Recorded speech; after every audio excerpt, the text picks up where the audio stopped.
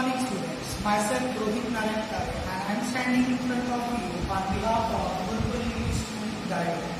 In previous lecture we studied about the English spoken and now we are going to get started with the English part second.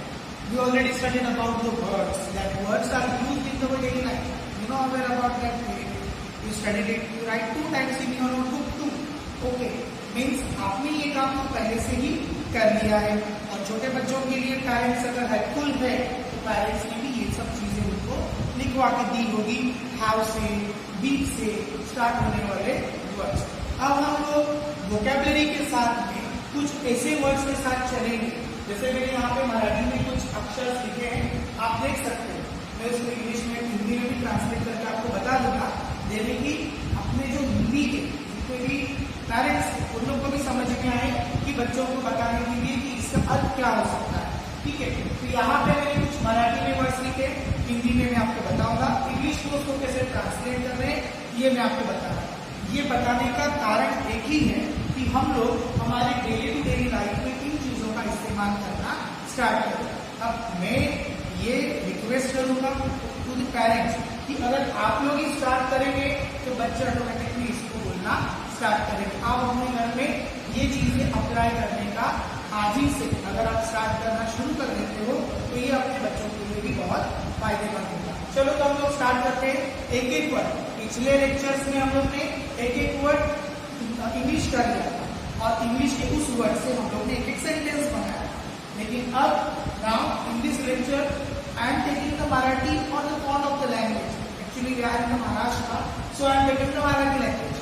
Okay, so Marathi हो या हिंदी हो, उन भाषाओं में हम हमेशा भाववाचक शब्दों का इस्तेमाल करते हैं. उन भाववाचक शब्दों का इस्तेमाल इंग्लिश में भी होता है.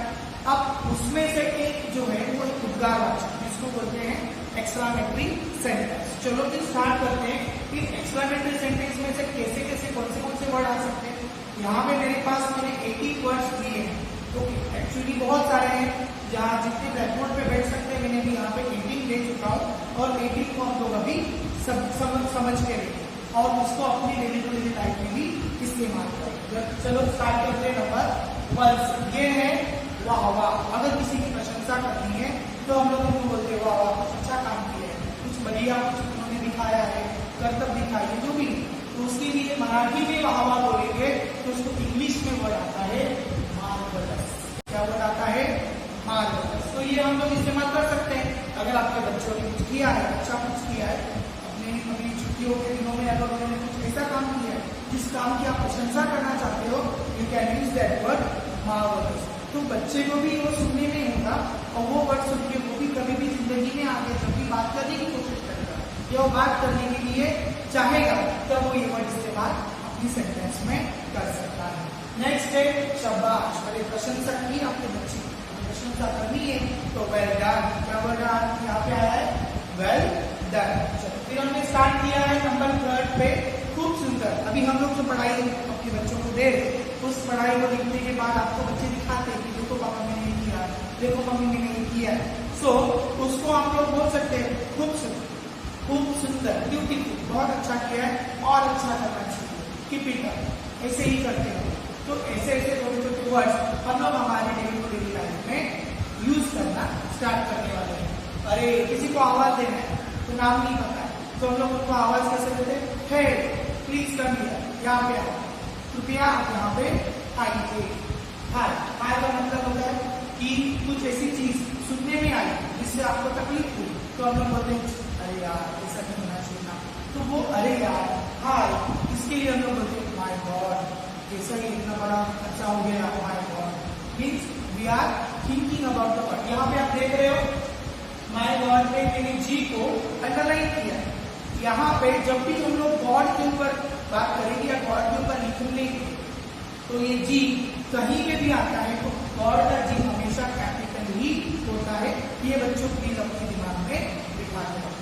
जी कभी भी कोई भी सेंटेंस में गॉड का वर्ड कहीं पे भी आने दो तो गॉड का जी हमेशा कैपिटल होता है. जैसे हम लोग आई के इस्तेमाल करते हैं. आई स्वतंत्र अल्फाबेट है, फ्रीडम है, वो अपने आप ही अकेले में एक वर्ड बनाता है जैसे ही गॉड. अरे राम, ओ गॉड, कुछ हादसा हो गया, कुछ एकदम अनहोनी हो गई तो हम लोग बोलते हैं हे राम, तो वो हे राम के लिए ओ गॉड। कोई चीज होती है, कोई प्लानिंग होती है, उस प्लानिंग के ऊपर हम लोग सोचते हैं कि हमें ऐसा करना है, कि तो परमिशन मांगते हैं किसी से, हमारे बड़ों से, पेरेंट्स से हो, या स्कूल में कुछ हम एक्टिविटी करने वाले हैं तो हम लोग हमारे टीचर से, क्लास टीचर से, सीनियर से परमिशन मांगते हैं, तो हमें बोलते हैं हाँ ठीक है आप कर सकते हो। वो ठीक है कि इंग्लिश इस्तेमाल करते हैं ऑफ कोर्स, क्यों आप बिंदास कर सकते हो, आपकी एक्टिविटी से आपके गुनाह कम होंगे, तो वहां पे टीचर्स कहते हैं ऑफ कोर्स। सेम यही चीज अगर आपको कोई आपकी कहते हैं ऑफ कोर्स, सेम यही चीज अगर आपको कोई आपकी डेली टू डेली लाइफ में परमिशन मांग रहा है और आपको उस परमिशन देने में कोई दिक्कत नहीं है, तो आप भी इसका इस्तेमाल कर सकते हो ऑफ कोर्स। किसी ने अगर आपसे आपके टेबल से समझो पानी की बोतल मांगी कि मैं I take this water bottle, तो आप बोल सकते हैं ऑफ कोर्स, क्या आप ले सकते हो, राइट। सो ईश्वराचे आभार, हमें भगवान का आभार सहर्ष करना चाहिए क्योंकि हमें इतना अच्छा शरीर दिया, इतनी अच्छी सृष्टि दी है, हम इसका इस्तेमाल करते हैं, तो उस इस्तेमाल करने के बदले में हम लोग क्या करते हैं, कुछ नहीं करते, तो हमें डेली सुबह उठने के बाद और शाम को सोते समय भगवान का थैंक्स टू गॉड करना आवश्यक है। तो थैंक गॉड, कोई भी चीज अगर हमारे पल्ले में पड़ती है, हमारे पगड़े में पड़ती है, तो हम लोग भगवान का शुक्र अदा करते हैं, तब उस टाइम पे थैंक गॉड हम लोग ये करना आवश्यक है। नेक्स्ट है भगवान की कृपा, ईश्वर की कृपा हमारे पे आई। सो बाय गॉड्स ग्रेस, ग्रेस का दूसरा अर्थ होता है बैलेंस, ग्रेस का दूसरा अर्थ होता है बैलेंस, कि कोई चीज को बैलेंस करना है। यहाँ पे बाय गॉड्स ग्रेस का अर्थ है कि भगवान मेरे पे या हमारे ऊपर वर्षा कर रहा है, हमारे ऊपर कृपा बरसा रहा है, ब्लेसिंग्स दे रहा है। सो उसके लिए ब्लेसिंग्स की आवश्यकता नहीं है, वर्ड्स की जरूरत है ग्रेस। तो ब्लेस भी वही चीज होती है, ग्रेस भी वही चीज होती है। बाय गॉड्स ब्लेस भी बोल सकते हो या ग्रेस भी बोल सकते हो। ये स्मार्ट लैंग्वेज में हम लोग बोलेंगे, जैसे स्मार्ट इंग्लिश होती है, हम लोग बोलते हैं मे आई नो योर नेम, ये स्मार्ट इंग्लिश हो गई। मे आई नो योर नेम, ये स्मार्ट इंग्लिश हो गई। और हम लोग जो नॉर्मल सवाल पूछते हैं, व्हाट इज योर नेम, जैसे ये वर्ड होता है व्हाट इज योर नेम, ये हमारा नॉर्मल इंग्लिश है। व्हाट इज योर नेम को छोड़ के अभी हम लोग क्या इस्तेमाल करते हैं, smart language. Can I catch your name please, हम लोग क्या बोलेंगे, can I catch your name please, ऐसे वर्ड्स को भी हम इस्तेमाल कर सकते हैं। नेक्स्ट है, किसी ने हमें विश की बधाई दी है, तो हम बधाई के बदले में हम उनको बोलते हैं कि आपके ऊपर भी कृपा बरसी रहे, तो आपके ऊपर भी मतलब दूसरा वाले तो हम लोग बोलेंगे सेम टू यू, आपने जो मुझे विश प्रदान की है वही विश, वही जो आपकी मनोकामना है हमारे प्रति, वही मनोकामना हम भी रखते हैं आपके प्रति, और इसीलिए हम लोग कहते हैं सेम टू यू।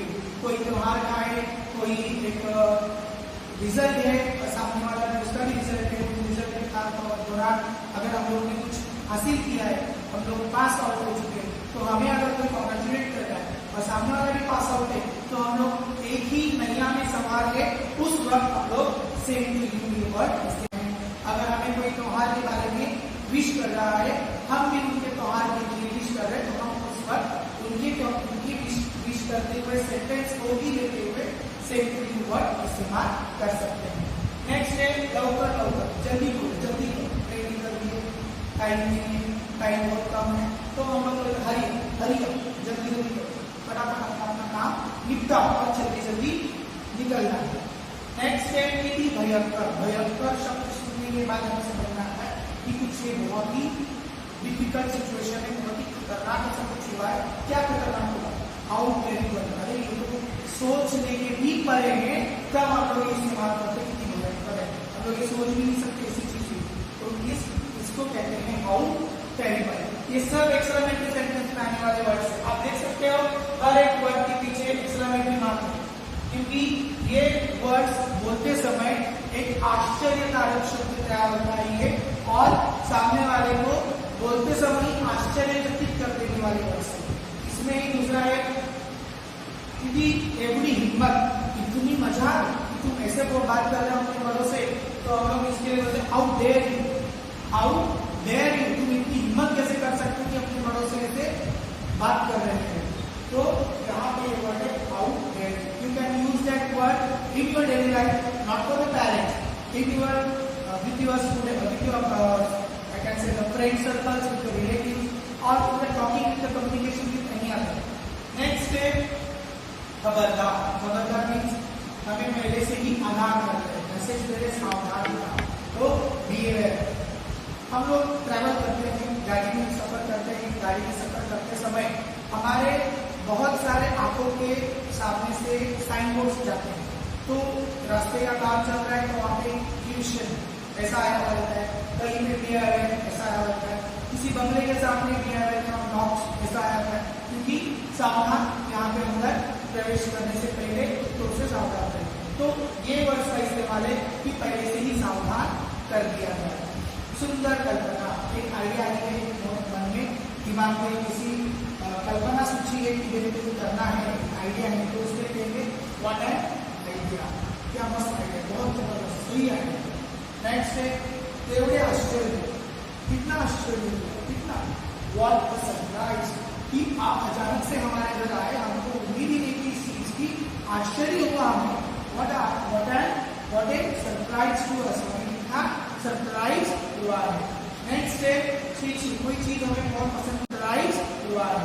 नेक्स्ट है कोई चीज हमें बहुत पसंद नहीं आई, हम लोग उसको क्लेश कर रहे हैं, तो हाउ डिसगास्टिंग, तो यहाँ पे कहेंगे हाउ डिसगास्टिंग. ये बहुत ही डिसगास्टिंग है, बोलते हैं कि इसको हम लोग मान्यता नहीं देंगे या हमें इसकी परमिशन नहीं देंगे, ऐसी गलती चीज ये है, हमें इसकी जरूरत नहीं है, हम लोग इसको अप्लाई नहीं करेंगे.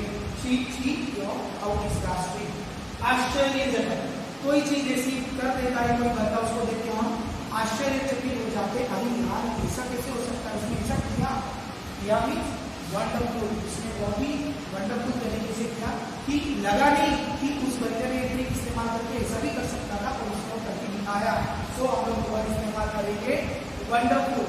अपने आप को ये पूरे के पूरे वर्ड थोड़े जूमिंग करके दिखा रहा हूँ, आप जूमिंग करके देख लो, फिर आपको लिखने में भी आसानी होगी. और प्लस ये तो मैंने 18 दिए, आप ऐसे और डेली टू डेली 5 वर्ड्स बनाना स्टार्ट करेंगे.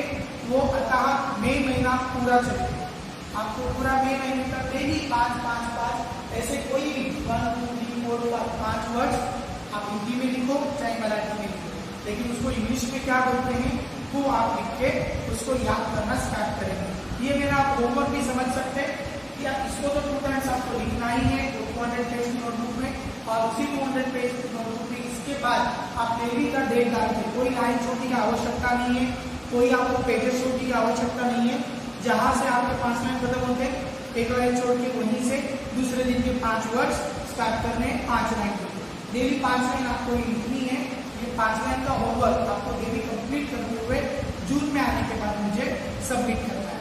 फर्स्ट स्टैंडर्ड से लेके 9th स्टैंडर्ड तक एवरीवन, सबको ये काम अनिवार्य है. Compulsory you have to do this because of improving your learning skill of English language. So I hope you all are understood the language which are directly we are starting to use in our daily life, then only you can easily grasp the language. So please, जो भी आपको work मिला है आप बखूबी करो, इससे आप ही को फायदा होने वाला है और आप ये फायदा जरूर महसूस करेंगे. नेक्स्ट मंथ में जब आप आओगे स्कूल में, तब आपकी लैंग्वेज में ये इंग्लिश के वर्ड्स मिक्स होते हुए देखने के बाद हमें भी बहुत खुशी होगी. तो याद के अगर कोई दिक्कत, कोई प्रॉब्लम्स अगर आपको आ रही है तो don't bother for that, directly contact me, ask me on the WhatsApp, I will definitely guide you. Thank you so much. Have a nice day.